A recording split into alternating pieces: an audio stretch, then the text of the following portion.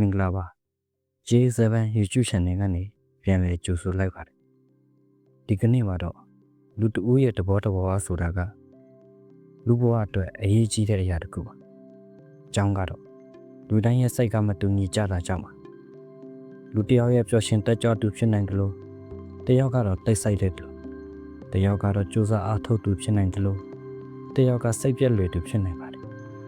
ဒါကြောင့်လူတွေရဲ့တဘောတဘောကိုနားလည်နိုင်ဖို့ကတင်တို့ရှိသူနှစ်ယောက်ရဲ့ဆက်ဆံရေးတာမက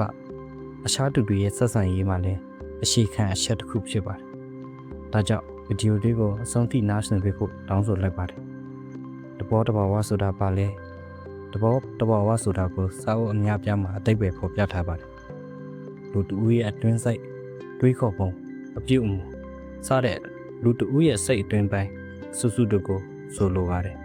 ဘောတဘာဝတွေကိုတော့လူတူဦးရဲ့စကားပြောပုံဆုံးဖြတ်ချက်ချပုံမေးခွန်းဖြေတဲ့နည်းနဲ့နှုတ်ဆက်ပုံတွေရဲ့စကားတစ်လုံးရှင်းစီတိုင်းမှာပါဝင်နေပါတယ်လူတစ်ယောက်နဲ့တစ်ယောက်ပါကြတဘာဝမတူကြတာလဲဒါကိုသိဖို့ဆိုရင်အကြောင်းရင်း၃ချက်ရှိပါတယ်နံပါတ်၁ချက်မွေးဖွားလာတဲ့ပတ်ဝန်းကျင်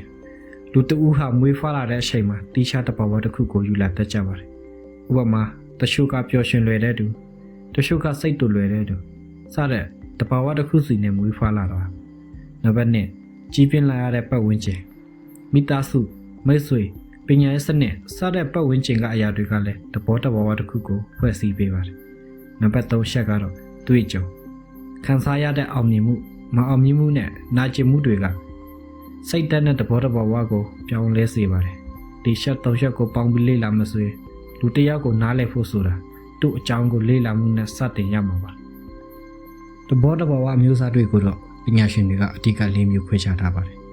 နံပါတ်1ပျော်ရွှင်တက်ကြွသူမဲဆွေအတစ်တွေကိုအလွယ်တကူရှစ်ခင်တတ်သူစကားပြောတတ်သူကိုဆိုလိုတာပါနံပါတ်2ကောင်းမာတဲ့သူဥဆောင်မှုရှိတဲ့သူအရာကိုဆုံးဖြတ်ချက်ဆရှင်တဲ့သူအဲ့လိုလူမျိုးတွေဖြစ်ပါတယ်နံပါတ်3တွေးခေါ်နှက်ဆိုင်တဲ့သူအမှုပညာဆန်ဆန်တွေးခေါ်တဲ့သူစိတ်နာလွယ်တဲ့သူတွေဖြစ်ပါတယ်နံပါတ်4တင်ငယ်အေးစေးသူတင်ငယ်တဲ့သူတွေအများစုကတော့စကားတိတ်မပြောပါဘူးတို့ပေမဲ့အလုပ်တဲ့အရာတိုင်းတင်ငယ်ပြီးတည်တက်မှုရှိပါတယ်အဲ့ဒီအမျိုးအစားတွေကိုတည်ထားမှဆိုရင်အခြားသူတွေနဲ့ဆက်ဆံရမှာလဲနားလည်မှုတစ်ခုရရှိလာပါတယ်စိတ်တဘောတူညီဖို့တော့မလွယ်ကူပါဘူးဒါပေမဲ့နားလည်မှုတော့ရရှိနိုင်ပါတယ်နားလည်ပေးတဲ့သူကအလုပ်ထဲမှာပဲဖြစ်ဖြစ်မိသားစုထဲမှာပဲဖြစ်ဖြစ်ခေါင်းဆောင်ဖြစ်နိုင်တဲ့သူတွေလို့ယူဆလို့ရပါတယ်နားလည်မှုဟာစကားထက်တန်ဖိုးရှိပါတယ်နားလည်မှုဟာဉာဏ်ထက်စွမ်းရည်ရှိပါတယ်နောက်ဆုံးအနေနဲ့စကားလေးတစ်ခုကိုမှတ်သားဖို့ပြောလိုက်ပါစေလူတိုင်းနဲ့ညှိယူနေဖို့တော့မလိုပါဘူးတဘောကိုနားလည်ဖို့ပဲလိုတာပါအဲ့လိုနားလည်မှုကလူကြီးမင်းရဲ့ဘဝကိုပိုကောင်းလာစေပါမယ်တင်တဲ့တက်ပတ်ဝန်းကျင်ကလူတွေကလည်းဆက်ဆံရေးကိုပိုအဆင်ပြေလာပါလိမ့်မယ်လို့ယုံကြည်ပါတယ်လူကြီးမင်းတို့အနေနဲ့လူကြီးမင်းတို့ရဲ့တဘောဘယ်လိုလဲဆိုတာကို comment မှာရေးတွက်ခဲ့ပါဦးနော်နောက်ဗီဒီယိုတွေကိုနားဆင်နိုင်ဖို့အတွက်